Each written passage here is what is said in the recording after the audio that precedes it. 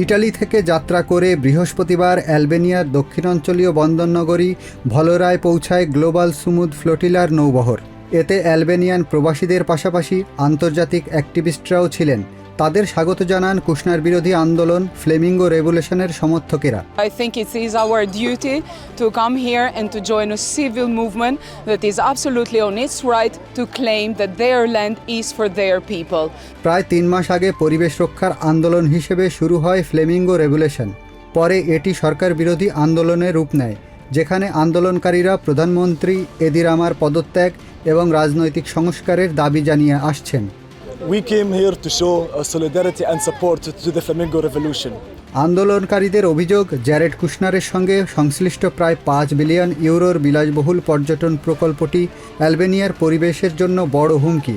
বিশেষ করে ভিজোসানার্তা লেগুন এবং সাজানো জাভেরনেক দ্বীপের জীববৈচিত্র্য ক্ষতিগ্রস্ত হওয়ার আশঙ্কা রয়েছে, কারণ এসব এলাকাগুলো ফ্লেমিঙ্গো, সিল ও সামুদ্রিক কচ্ছপের আবাসস্থল। গ্লোবাল সুমুদ ফ্লোটিলা জানিয়েছে, অ্যালবেনিয়ার এই আন্দোলনের নেতৃত্ব দিতে নয়, বরং এতে সংহতি জানাতেই তারা নৌযানগুলি পাঠিয়েছে।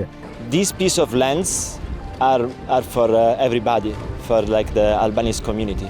ফ্লোটিলার দাবি, গাজায় ভূমি দখল এবং অ্যালবেনিয়ার বড় পর্যটন প্রকল্পের মধ্যে মিল রয়েছে।